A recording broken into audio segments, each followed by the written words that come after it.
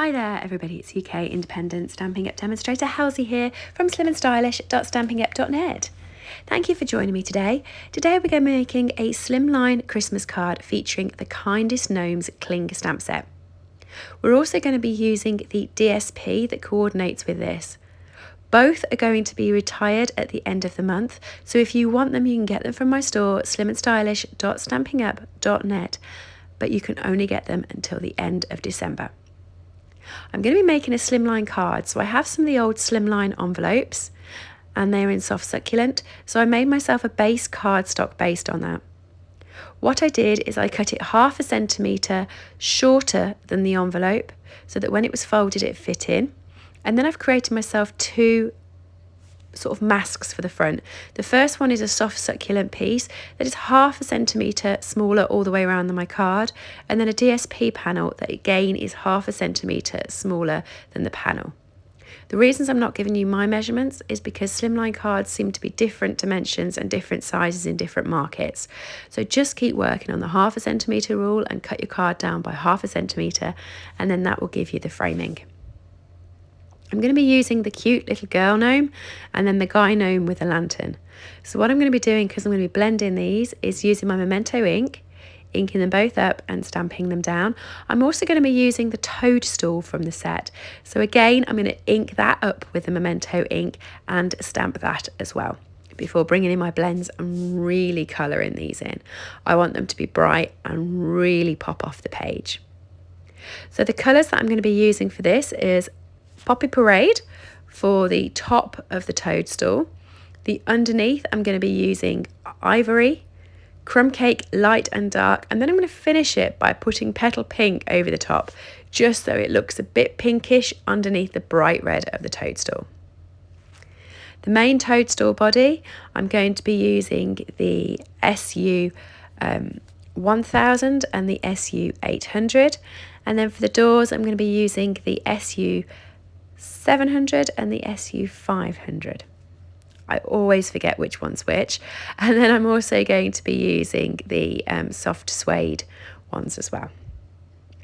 For the little window bits, I'm going to be using Pool Party Light so that actually gets the glass and colours that bit in. For the gnomes, I'm going to be using soft succulent a lot. Light and dark for the hats, light and dark for their actual little uniforms. I'm going to be using Crumb Cake and the Ivory on sort of their shoes and their gloves, and she's got a cute little apron on, so I'm going to be using that there. For the actual hair, while I wanted it to be grey, I also wanted it to have a slight tinge of an actual normal colour in, so I've put dark Daffodil Delight just a little bit on the hair, and then I've coloured over it with light and grey Smoky Slate. Okay, so what I'm going to do is I'm just going to leave you while I colour the rest of these in using those colours that I told you about, and then I'm going to die cut both of these out. You can die cut, you can fussy cut, either way you want them out and ready to go on the card.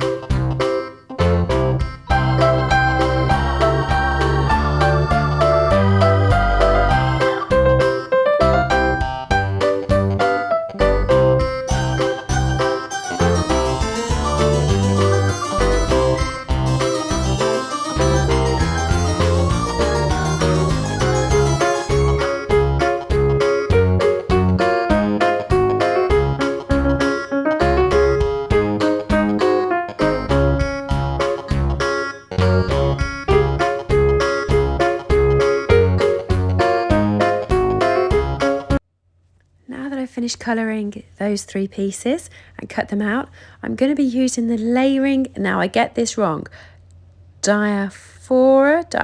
Anyway, those layering shapes, you can find them on my store or the back of the catalogue. Just type in layering and it will pull them straight through. I'm going to be die cutting a piece of vellum out from those, and I'm using the largest layering shape here to actually do that. So now I'm going to adhere my DSP to my front mat cardstocks. This was a bit that was 1/2 centimetre less, and you can see I'm going to be putting my vellum sheet over the top, and then I'm going to be layering on my gnomes. I'm just going to grab a sentiment to go with this, so I'm going to be using soft succulent cardstock again, and for this I'm actually going to heat emboss onto here with white heat embossing. So I'm using my embossing buddy, using my Versamark, inking it up, stamping it down and putting my white embossing powder on. This is the benefit about doing a voiceover rather than actually saying this loud while I'm doing the video, is you're not going to get absolutely blared out with my heat gun. How cool is that? Normally I have to say turn your speakers down now because I'm going to use my heat gun, and I don't have to at the moment because you can't hear it. So that's good. So once you've done that, you just want to cut it into a tag. So what I'm doing is I'm leaving it quite thick at the top and at the bottom. I'm going to cut it straight on the left hand side, and then I'm going to actually slice into it on the right hand side so it looks like a proper tag that comes out. Okay, just like that.